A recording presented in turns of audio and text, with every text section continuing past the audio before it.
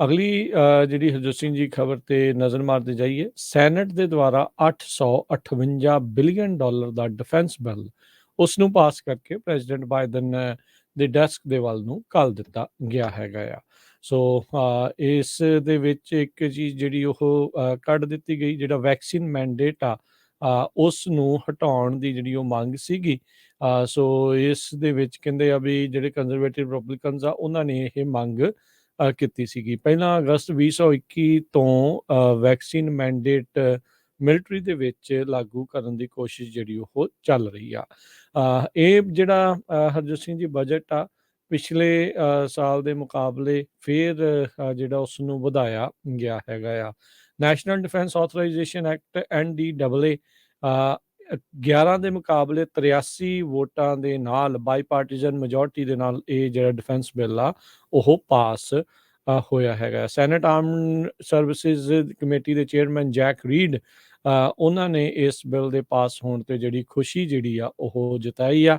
ਉਹਨਾਂ ਨੇ ਕਿਹਾ ਵੀ ਇਹ ਇਸ ਸਾਲ ਦੀ ਸਭ ਤੋਂ ਅਹਿਮ ਵੋਟ ਜਿਹੜੀ ਆ ਉਹ ਹੋਈ ਹੈਗੀ ਆ। ਸੋ ਬਾਈਡਨ ਐਡਮਿਨਿਸਟ੍ਰੇਸ਼ਨ ਨੇ ਜਿਹੜਾ ਇਹ ਪਹਿਲੋਂ ਕ੍ਰਿਟੀਸਾਈਜ਼ ਕੀਤਾ ਸੀਗਾ ਵੀ ਜਿਹੜਾ ਵੈਕਸੀਨ ਮੈਂਡੇਟ ਨੂੰ ਰਿਪੀਲ ਕੀਤਾ ਗਿਆ ਆ ਉਹ ਇੱਕ ਗਲਤੀ ਜਿਹੜੀ ਉਹ ਹੈਗੀ ਆ।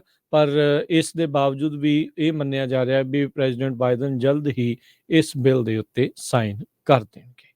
ਬੇਕਰਸਫੀਲਡ ਦੇ ਵਿੱਚ ਪਹਿਲੀ ਜਿਹੜੀ ਸਿੱਖ ਲੇਡੀ ਆ ਉਸਨੇ ਸਿਟੀ ਕੌਂਸਲ ਦੀ ਸਹੁੰ ਕੱਲ ਸ਼ਾਮੀ ਚੱਕ ਲਈ ਹੈਗੀ ਆ। 29 ਸਾਲਾਂ ਦੀ ਮਨਪ੍ਰੀਤ ਕੌਰ ਪਹਿਲੀ ਪੰਜਾਬੀ ਮੂਲ ਦੀ ਕੌਂਸਲ ਵੂਮਨ ਹੋਊਗੀ ਬੇਕਰਸਫੀਲਡ ਸਿਟੀ ਕੌਂਸਲ ਦੇ ਵਿੱਚ, ਤੇ ਕਾਫੀ ਵੱਡੀ ਗਿਣਤੀ ਦੇ ਵਿੱਚ 54% ਦੇ ਕਰੀਬ ਵੋਟਾਂ ਉਹ ਲੈ ਕੇ ਜਿੱਤੀ ਸੀ। ਹਾਲਾਂਕਿ ਕੁਛ ਆਪਣੀ ਹੀ ਪੰਜਾਬੀ ਕਮਿਊਨਿਟੀ ਦੇ ਲੋਕਾਂ ਨੇ ਉਸ ਨੂੰ ਹਰਾਉਣ ਦੀ ਬਹੁਤ ਕੋਸ਼ਿਸ਼ ਕੀਤੀ ਸੀ।